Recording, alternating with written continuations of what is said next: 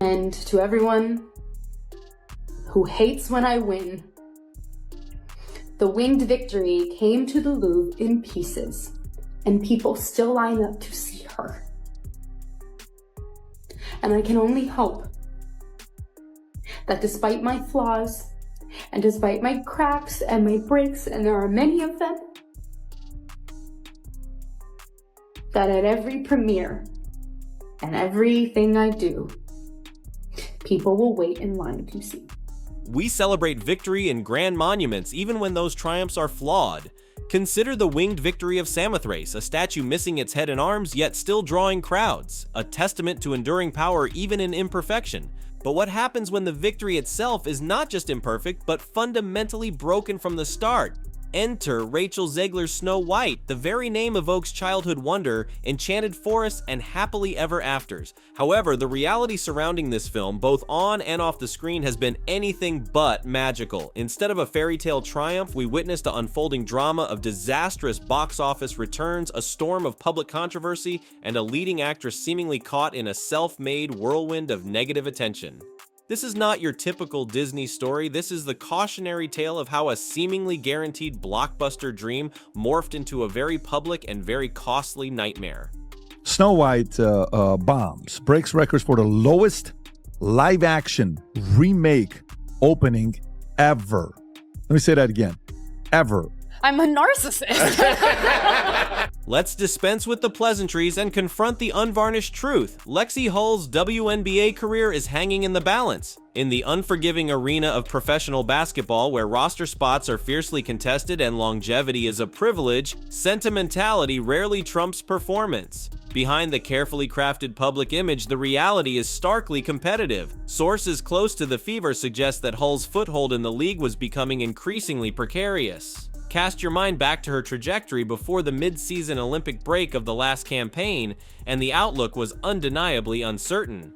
Her minutes were inconsistent, her impact sporadic. The promise of her draft pedigree seemed to be fading. It was that unexpected post-Olympic surge, a sudden burst of form and confidence that served as nothing short of a career resuscitation. That period wasn't merely a hot streak, it was a critical intervention, a lifeline thrown just as she teetered on the edge of the league's unforgiving margins, granting her another opportunity, another season to solidify her place. But now, the reprieve is over. The celebratory applause has faded, the real arduous work of sustained relevance begins. This early, almost urgent return to the training court, this relentless pace of self-improvement isn't simply admirable ambition, it's a potent declaration. Lexi Hull fully comprehends the gravity of her situation. This isn't just about forging team cohesion, it's about individual survival in a profession where every possession, every practice is an audition, and where the competition for each roster slot intensifies with every passing season. Those targeting niche female demographics, Snow White was different. It was teetering precariously on the brink of becoming a certified flop.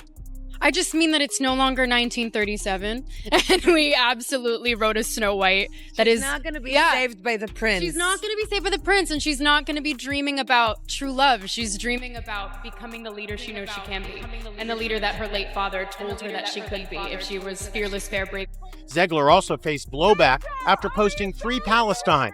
Hull is from Israel and served in the Israeli army. Just as Hull embarks on this arduous climb to solidify her position, a formidable new obstacle materializes, casting a significant shadow over her aspirations: the arrival of Sophie Cunningham.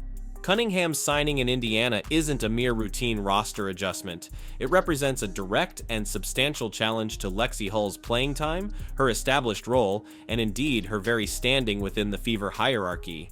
While their playing styles aren't carbon copies, Hull known for her tenacious defense, Cunningham for her offensive flair, the inescapable fact is they occupy the same positional landscape, both vying for those highly coveted wing minutes that can define a player's career trajectory. Cunningham, a proven commodity in the league, brings an undeniable offensive arsenal, a scoring punch that can ignite an offense and shift the momentum of a game in an instant. She's a player capable of hitting contested shots, creating her own offense, and stretching defenses with her perimeter threat.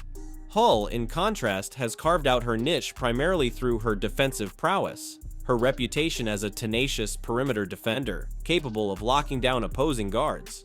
However, in a contemporary WNBA increasingly prioritizing offensive firepower and perimeter scoring, the question arises, is defensive specialization alone sufficient to guarantee meaningful minutes?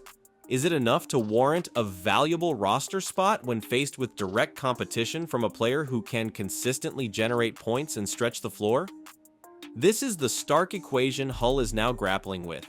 She must demonstrably expand her offensive repertoire, showcase previously unseen scoring capabilities, and do so rapidly if she intends to remain a significant contributor to the Fever's rotation, let alone ascend to a more prominent role.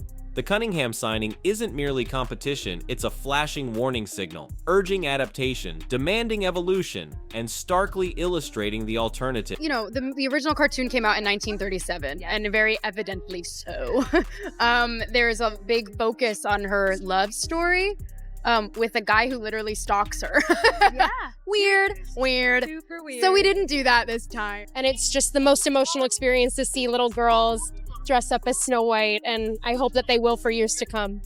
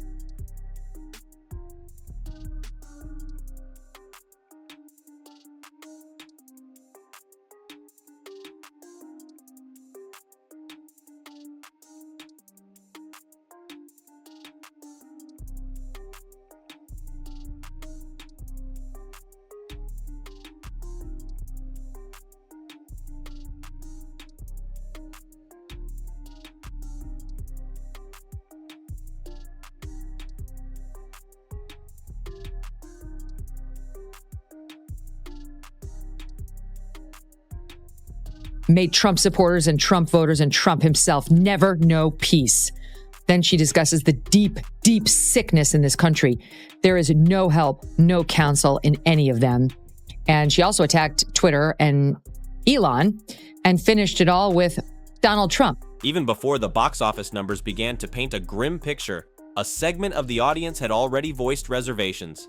Disney's casting of a Latina actress as Snow White, while lauded by some for its progressive stance, had ignited a spark of debate amongst traditionalists. However, instead of delicately navigating these pre-existing sensitivities, Zegler appeared to actively pour fuel onto the simmering flames of controversy with a series of increasingly opinionated pronouncements regarding the original film. It's no longer 1937, she declared with an air of dismissal, implying the classic narrative was outdated and irrelevant. She's not going to be saved by the prince. She's dreaming about becoming the leader she knows she can be. Her pronouncements weren't just reinterpretations, they were perceived by many as outright rejections of the beloved source material. She went on to label the original storyline as weird, infamously branding Prince Charming a stalker, and emphatically asserting that her Snow White was far too independent, too empowered to be interested in any conventional fairy tale romance with a love-struck royal.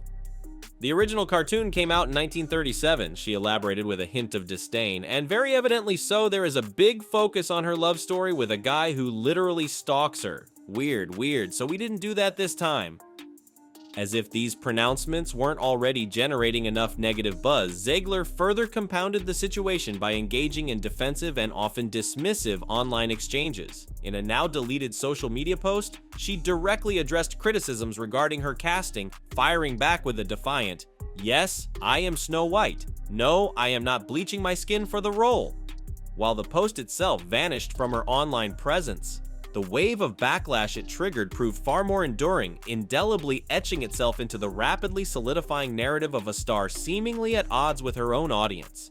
Have you ever been to that Snow White ride at Disneyland? I get stopped for photos every time I'm online for the Snow White ride, and it is I have to pretend like, oh God, well, crazy that we're in. Behind the polished facade of Hollywood premieres and carefully crafted press releases, a frantic scramble was underway at Disney headquarters. According to leaked reports from industry insiders, the entertainment giant was grappling with a full-blown PR crisis, struggling to contain their increasingly unpredictable leading lady. Executives accustomed to wielding immense control over their carefully curated public image reportedly found themselves in uncharted territory, desperately attempting to rein in Rachel Zegler's escalating series of self-inflicted PR wounds. Insiders whispered of frantic phone calls, high-stakes meetings, and even direct appeals from top-tier executives, all pleading with Zegler to please just tone it down. However, the core issue appeared to be Zegler's apparent unwillingness to adhere to any form of external direction, particularly when it came from the very studio that had entrusted her with the iconic role of Snow White. The situation was no longer merely concerning, it was teetering on the brink of disaster. Desperate measures were deemed necessary. In a move befitting a high-stakes Hollywood drama, Disney's top brass reportedly dispatched a private jet, whisking themselves away to meet face-to-face with Zegler. During this tense summit, they laid bare the stark realities of the situation, emphasizing the critical importance of adhering to a carefully constructed PR strategy if she hoped to salvage the movie's prospects and, by extension, her own burgeoning career. Insiders claim that Zegler, at least initially, appeared to concede to their demands.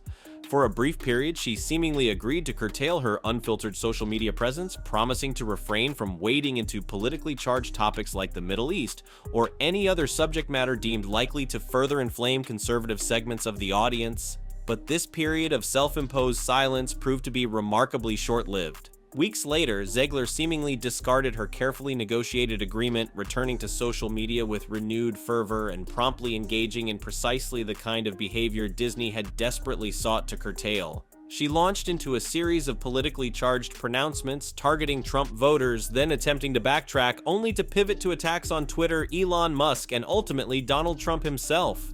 Industry insiders, observing this unfolding spectacle with a mixture of disbelief and dismay, began to describe her as a loose cannon, a force of nature seemingly impervious to studio control.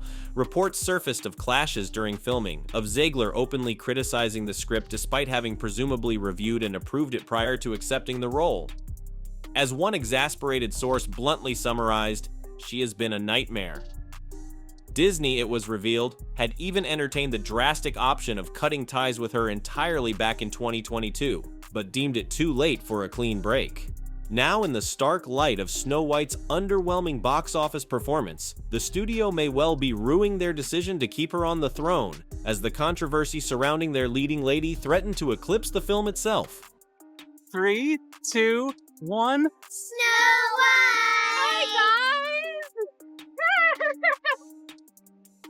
Amidst the swirling vortex of negative publicity and plummeting ticket sales, an almost surreal element of delusion seemed to permeate the narrative surrounding Rachel Zegler and Snow White. The age-old adage, "even bad publicity is publicity," appeared to have taken root in Zegler's perception of the unfolding crisis. Despite the mounting evidence of a box office disaster and a rapidly eroding public image, some optimists, and perhaps Zegler herself, clung to the improbable notion that the very controversy engulfing the film might, in some twisted way, serve to boost ticket sales. The logic, however flawed, seemed to be that Snow White as a cultural icon transcended the individual actors portraying its characters, and that any attention, even negative attention, would ultimately benefit the film's visibility. Zegler, in particular, appeared to view the entire Snow White saga as a dramatic episode ripped from the pages of a fairy tale, perhaps envisioning herself as a misunderstood heroine, unjustly targeted by critics and online detractors. However, the behind-the-scenes reality was far removed from any romanticized narrative. Whispers began to circulate, suggesting a far more prosaic and damaging explanation for the film's woes: internal conflict. Reports emerged alleging that members of the Snow White cast privately blamed Rachel Zegler directly for the film's catastrophic performance, viewing her controversial pronouncements and public persona as a significant contributing factor to its failure. Adding further fuel to the fire, rumors of a significant feud between Zegler and Gal Gadot, who portrayed the evil queen, began to gain traction. The alleged source of the tension? Divergent political viewpoints, particularly concerning the highly sensitive and polarizing Israeli-Palestinian conflict. The two actresses, representing starkly contrasting perspectives on the issue, were reportedly locked in a silent but palpable standoff. Their joint appearance at the 2025 Oscars, intended to project an image of unity and camaraderie, was widely interpreted as strained and awkward, failing to dispel the growing perception of a deep-seated rift. Disney, ever image-conscious, reportedly attempted to orchestrate a reconciliation, seeking to bring the two actresses together in a mediated attempt to resolve their differences and present a united front. However, these efforts were said to have been largely unsuccessful, with neither actress demonstrating a willingness to compromise or back down from their firmly held positions. Zegler's outspoken support for Palestine, juxtaposed with Gadot's Israeli background and prior military service in the IDF, created a chasm that proved seemingly unbridgeable. In a social media post published on the eve of the film's release, Zegler lauded the greatest crew in the world, conspicuously omitting any mention of Gadot. Furthermore, in a curated selection of behind-the-scenes photos shared online, Gadot was notably absent, further fueling speculation of a deep and irreconcilable rift between the two leading ladies. The feud, coupled with the ongoing PR disaster and the disastrous box office numbers, painted a portrait of a production teetering on the brink of collapse, with the dream of a fairy tale blockbuster rapidly dissolving into a very real-world drama. I love you, Rachel. I love you too. Thank you. Did you get all me crying? Yet, even within the swirling chaos of controversy and critical condemnation, a faint glimmer of positive recognition emerged for Rachel Zegler. Amidst the widespread negativity, a small but vocal contingent of critics and viewers offered grudging acknowledgement, even praise, for one specific aspect of her performance: her vocal talent. Regardless of the surrounding drama, and despite the widespread disapproval of the film's narrative choices and Zegler's public persona, there was a near-universal consensus that her singing voice was inarguably exceptional. Even detractors of the film conceded that Zegler possessed a remarkable vocal instrument, capable of delivering emotionally resonant and technically flawless performances of the film's musical numbers. Instead of merely imitating Adriana Caselotti's iconic original portrayal, Zegler was credited with imbuing the character with a fresh, contemporary vocal interpretation, blending classic fairy tale charm with a modern, assertive edge. While many viewers remained unconvinced by the film's revised plotline and Zegler's controversial statements, her vocal performances stood as a point of undeniable strength. Critics, while sharply divided on virtually every other aspect of the film, found themselves united in their admiration for her Broadway-worthy pipes, her stunning vocals, and her ability to perform every lyric with passion. Publications like Variety, while acknowledging the film's overall shortcomings, made a point of highlighting Zegler's vocal performance as a standout element, a rare bright spot in an otherwise dim cinematic landscape. However, even this isolated praise was ultimately overshadowed by the prevailing narrative of controversy and failure. In the court of public opinion, Zegler's image remained deeply tarnished, her vocal talents struggling to cut through the cacophony of negative sentiment. Online platforms like IMDb were inundated with scathing reviews, many specifically targeting Zegler's performance, with one particularly cutting comment characterizing her acting style as akin to giving a TED Talk in the medieval era.